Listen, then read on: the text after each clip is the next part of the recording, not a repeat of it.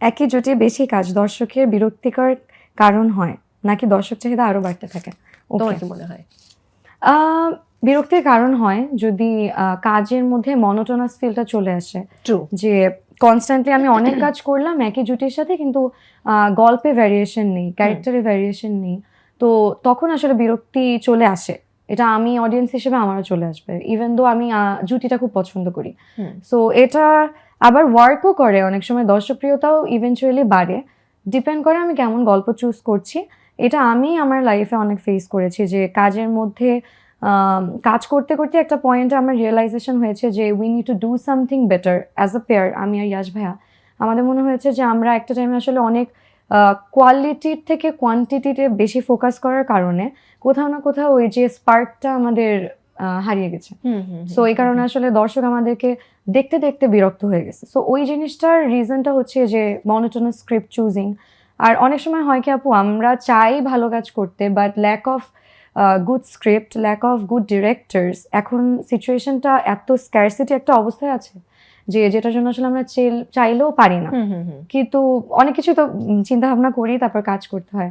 But যত আসলে maturity হচ্ছে, যত কাজ করছি, তখন আসলে মনে হয় যে না, এখন আসলে we should focus on quality over quantity. Definitely. চলো পরের প্রশ্নে যাই। কি আছে এতে?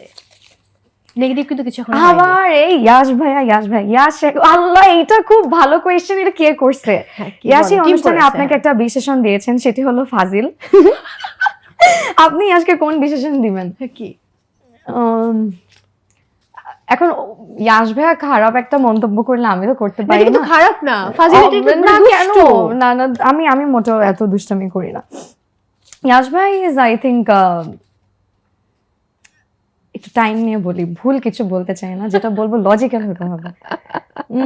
মানে আমরা কিন্তু লাইভে আছি, সমস্যা নেই, মানে হোয়াটএভার আই এম গোনা সে, আমি সত্যিটাই বলবো। হ্যাঁ বলো। ইয়াশ ভাইয়া হচ্ছে একটু শর্ট টেম্পার্ড, আর একটু ওভার রিঅ্যাক্ট করে মাঝে মাঝে, he is very immature sometimes. So ওইটাই। নাইলে কেউ বলে শোতে এসে, আমি জিজ্ঞেস করবো দেখা হইলে এটা কেন বলছে, আমি এটা ভুলে গেছিলাম, so I need to ask him.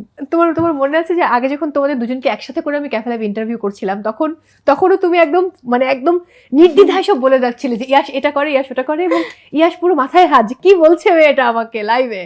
হ্যাঁ, অ্যাটলিস্ট আমি সামনে বলি, পিছনে বলি না। না, পিছনে বলে না, সামনেই বলেছে।